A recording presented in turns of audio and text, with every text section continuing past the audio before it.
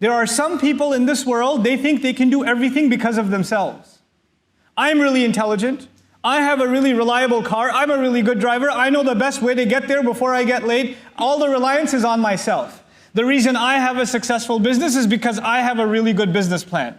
The reason I have a good job is because I went to a good school and I got a good GPA and I have a good resume. So it's all about relying on yourself.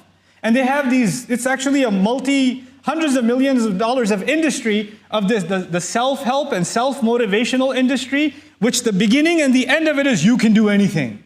You're amazing. You don't even realize your own power and your own potential. And people pay thousands of dollars to go for a weekend to hear them say you can brush your own teeth and you can take your own flights or whatever.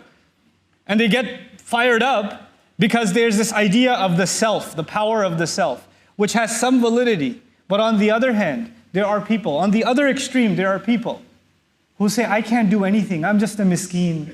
I'm just a abd of Allah. What am I? I'm not worth the dust of somebody's feet. I'm nothing. I'm made of turab. I'm made of a nutfa, like Allah describes this humble, pathetic creature. Then I can't really do anything at all. They have no self-confidence at all. And they say, Allah does everything, I do nothing. Allah does everything, I do nothing. And these people, you know what ends up happening? They do nothing in life. And when nothing happens, they say, well, Allah decided nothing should happen. They blame everything on Allah.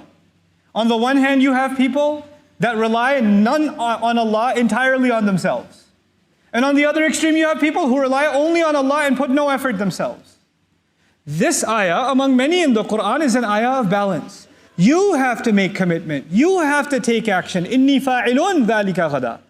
But you are the same one who has to understand that your commitment and your action and your capability is in the hands of your Rabb. And He will only grant it to you when you try to fulfill it.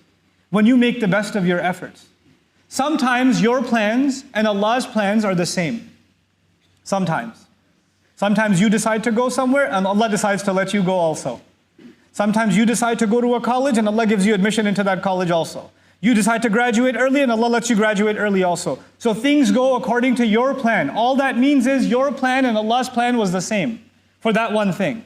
But sometimes your plan and Allah's plan are not the same. Sometimes you want to stay in that job for 10 years, but you get fired after 6 months. Sometimes you apply to this school and you had the best application, but you still didn't get in. And people with a worse application than you got in. It happens. Sometimes your plans and Allah's plans are not the same. These ayat are recognizing that not everything will go according to my plan. I will still have to make a plan. I will still have to put in the effort. But at the end of the day, it is Allah who will decide whether this plan will come through or not.